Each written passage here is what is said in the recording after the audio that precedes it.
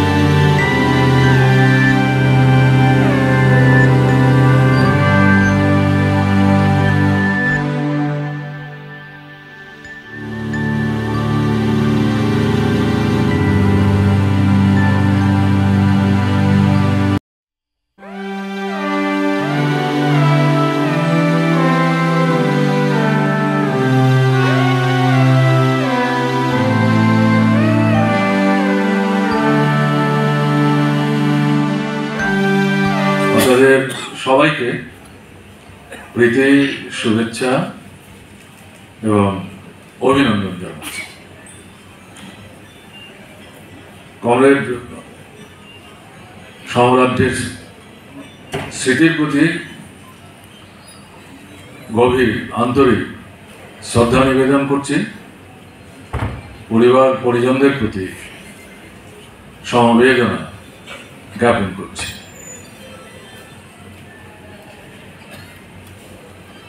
এটা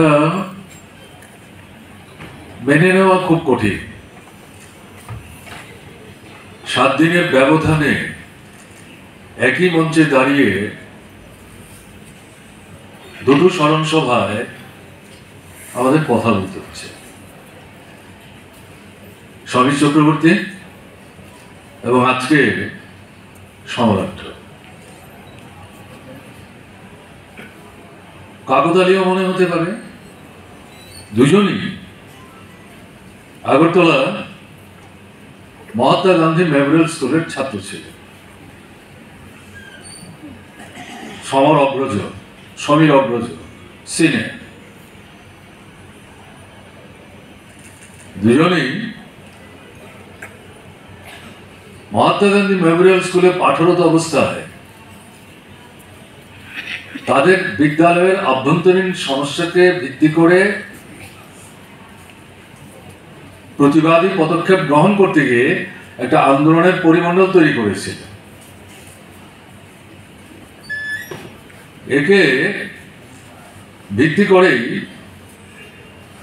তৎকালীন আমাদের যে সংগঠন ছাত্রদের মধ্যে ত্রিপুরা রাজ্য ছাত্র ফেডারেশন, পপুলারলি আমরা এসএফ বলতাম, ছাত্র ফেডারেশন বলতাম, তার সান্নিধ্যে আসেন। এবং এখানে আমার বলতে দ্বিধা নেই, সমীর চক্রবর্তী স্কুল ছেড়ে চলে যখন আসেন কলেজে ভর্তি হন, এবং ছাত্র সংগঠন গড়ে তোলার ক্ষেত্রে গুরুত্বপূর্ণ ভূমিকা নিতে শুরু করেন। সমরকে সামনে রেখে বাছাই করা মহাত্মা গান্ধী মেমোরিয়াল স্কুলের একাধিক ছাত্র বন্ধুকে বলা যায় হাত ধরে এই ছাত্র ফেডারেশনের পতাকা তলে সামিল করার ক্ষেত্রে গুরুত্বপূর্ণ ভূমিকা গ্রহণ করেছিলেন।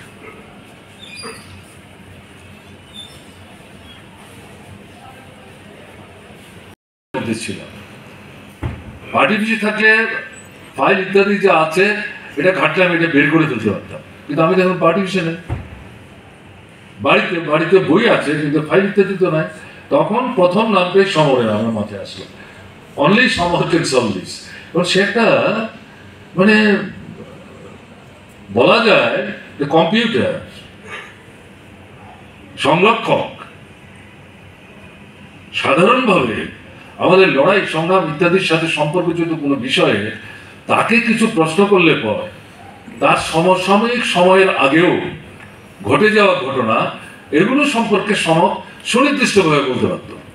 তখন আমি লিখতে গিয়ে আমি দেখলাম এত সমরকে ছাড়া তো আর কার সাথে আমি কথা বলবো। ফোন যখন আমি করলাম আমার ধারণা তখন 7:30 হবে। ফোন করার সঙ্গে সঙ্গে আমি দেখেছি সমর ফোনটা ধরেছে। আমি জিজ্ঞেস করলাম তুমি কোথায় আছো?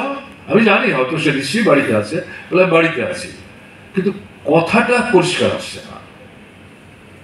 তো আমি জিজ্ঞেস করছি তুমি কি খেতে খেতে কথা বলছো? বলো না। তাহলে তোমার কথাটা এরকম শোনা যাচ্ছে কেন? কি আমার একটু অসুবিধা হচ্ছে। আমি সঙ্গে সঙ্গে তাকে কি প্রশ্ন করবো?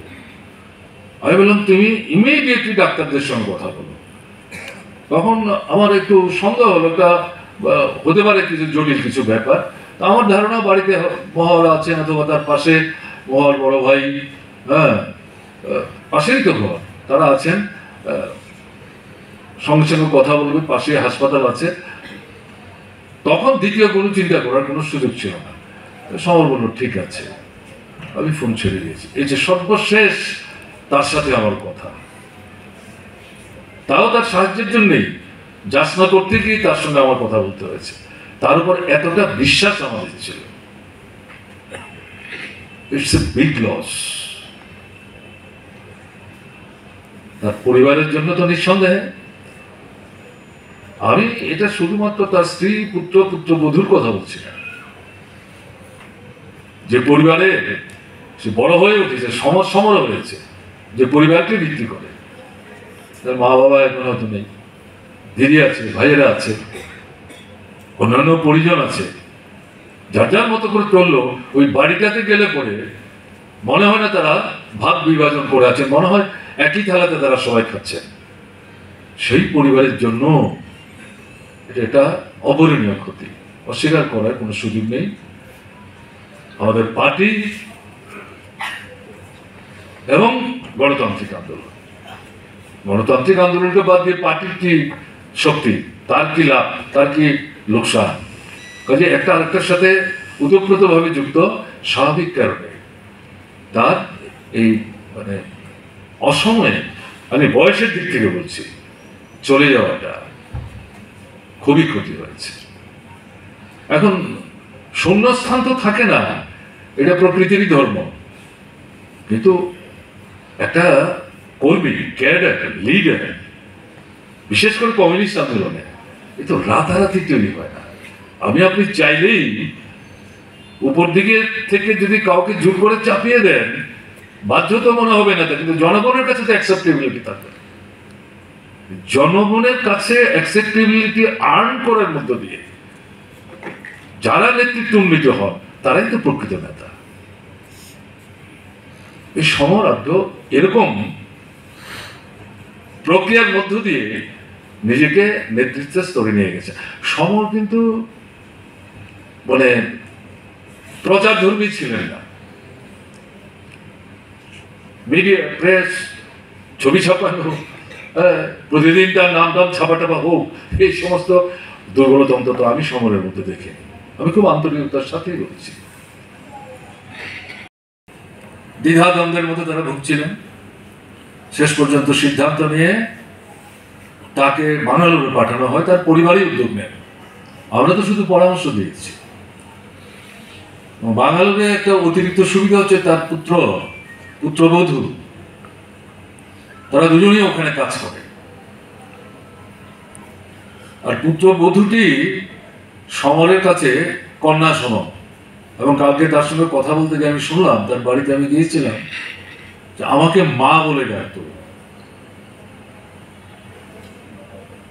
এটা যেমন সে বলছে, তার ছেলের কাছ থেকে আমি শুনছি, বাবা যখন রেগে যেতেন, একটু মনের দিক থেকে একটু খটামটি কোনো অবস্থার সম্মুখীন, তখন পুত্রবধূকে তার প্রকৃত নাম ধরে ডাকতো, তখনই বোঝা যেত বাবা রেগে আছে। তা না হলে সবসময় তাকে মা বলেই ডাকতেন। এবং সমর এটা দাবি করেছেন, সমরের যে নিজের মা, তার চেহারার প্রতিচ্ছবি তার পুত্রবধূর চেহারার মধ্যে তিনি দেখতে পেতেন। এরা ছিল বাঙালিতে। এই যে নৈকট্য, এত কিছু জানতাম না। এবং সেখানে মহুয়া, তার পুত্র, তার পুত্রবধূ সামগ্রিকভাবে ঝাঁপিয়ে পড়েছিলেন। সেখানে সবচেয়ে বড় যে হাসপাতাল, স্বনামধন্য যে ডাক্তার, শুধু ভারতবর্ষে না, আন্তর্জাতিক পরিসরেও তিনি এখন সুখ্যাতি অর্জন করেছেন। নারায়ণালয় হৃদয় আমাকে মহুয়াদারা বলছিলেন, ওই ডাক্তারবাবুর কাছে আপনি একটি চিঠি দিতে। আমি কিচ্ছু লাগবে না, উনি চিঠি পড়া করেন না। ঠিক আছে, তোমরা যদি মনে করো, আমি জানি না আমার নাম ওনার মনে থাকবে কিনা, প্রয়োজন মনে করলে নাম তোমরা রেফার করলেও করতে পারো। তার সঙ্গে একটা সময় আমার খুব নৈকট্য গড়ে উঠেছে। যাই হোক, তারাও চেষ্টা করেছেন। চিকিৎসা চলাকালীন নিয়মিতই আমরা খোঁজ খবর নেওয়ার চেষ্টা করেছি পার্টির তরফ থেকে। আমরা আশ্বস্ত হয়েছিলাম সমর সুস্থ হয়ে ফিরে আসছেন। একটা ধারণা ছিল তার বাইপাস সার্জারি করতে হবে, কিন্তু ছেলে ফোন করে জানালো যে না, ডাক্তারবাবুরা বলেছেন বাইপাস করতে হবে। আসলে এটা দুটো দিক, আমি সেই আলোচনা যাচ্ছি না। যাই হোক, এটা শুনে সমরও খানিকটা উৎসাহিত, অনুপ্রাণিত বোধ করেছে। আমরাও, সমর ফিরে আসলো। কিন্তু সমর যখন ওখানে চলে যায়, আমরা পার্টির রাজ্য দপ্তরে চিন্তিত হয়ে পড়লাম। তাকে তো একটা কঠিন সময় তুলে নিয়েছি পশ্চিম জেলা কমিটির অফিস থেকে, রাজ্য দপ্তরের তহবিল নিয়ন্ত্রণ ইত্যাদি পরিচালনার কাজ নেওয়ার জন্য। এই বয়সের কমরেডদের আমরা এই দায়িত্ব দেই না সাধারণত। যদিও সমর সেই সময়ে নির্দিষ্টভাবে কোনো কমিটির সম্পাদকের দায়িত্ব ছিল না, গণসংযুক্ত তার ছিল। এরকম অবস্থা, ওখান থেকে তুলে এনে তহবিলে বসিয়ে দিলাম। এবং এটা নিয়ে যখন আমাদের মধ্যে আলোচনা চলছিল, গৌতম দাস ছিলেন তখন সম্পাদক, সন্দেহ প্রকাশ করে বলছিলেন সমরকে এটা রাজি হবে। আত্মবিশ্বাসকে আমাদের বলতে হয়েছে, পার্টির দায়িত্ব সমর উপেক্ষা করবে এটা মনে হয়, এবং তাই হতো এক কথা। তো সেই সময় যখন সে ওখানে চলে গেল, আমাদের মধ্যে সন্দেহ তৈরি হলো, এখন এই জায়গাটা কাকে দায়িত্ব দেবো। ভাবতে শুরু করেছি আমরা, সেই ধরনের লোক চাই। 3টা 4টা 5টা নাম আসছে, সবাই মিলে বলছে। শেষ পর্যন্ত আমরা বলেছি সমরকে ফিরে আসতে দাও। সে ফিরে আসে একটু সময়ের ব্যবধানে। সমর পার্টি বিশেষে হাজির। অসুবিধা হলো না, কিসের অসুবিধা? বরং আস্তে আস্তে সে মানে বুঝিয়ে দেওয়ার চেষ্টা করেছে, অফিসে না আসলে বরং আমি অসুস্থ হয়ে পড়বো। That is the real expression.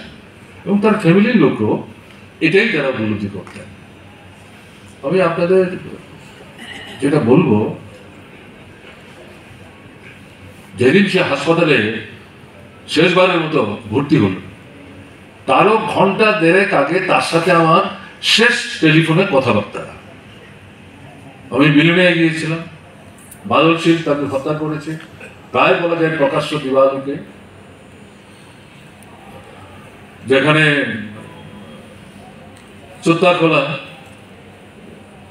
বাংলাদেশের মুক্তিযুদ্ধের সংগ্রামের স্মৃতির একটা নিদর্শন হিসেবে একটা প্রকল্প সেখানে আমরা গড়ে তুলেছিলাম। ছোট্ট একটা বাজার গড়ে উঠেছে, সেখানেই তার বাড়ি, তাকে খুন করেছে। বিলোনিয়াতে সেদিন সভা ছিল,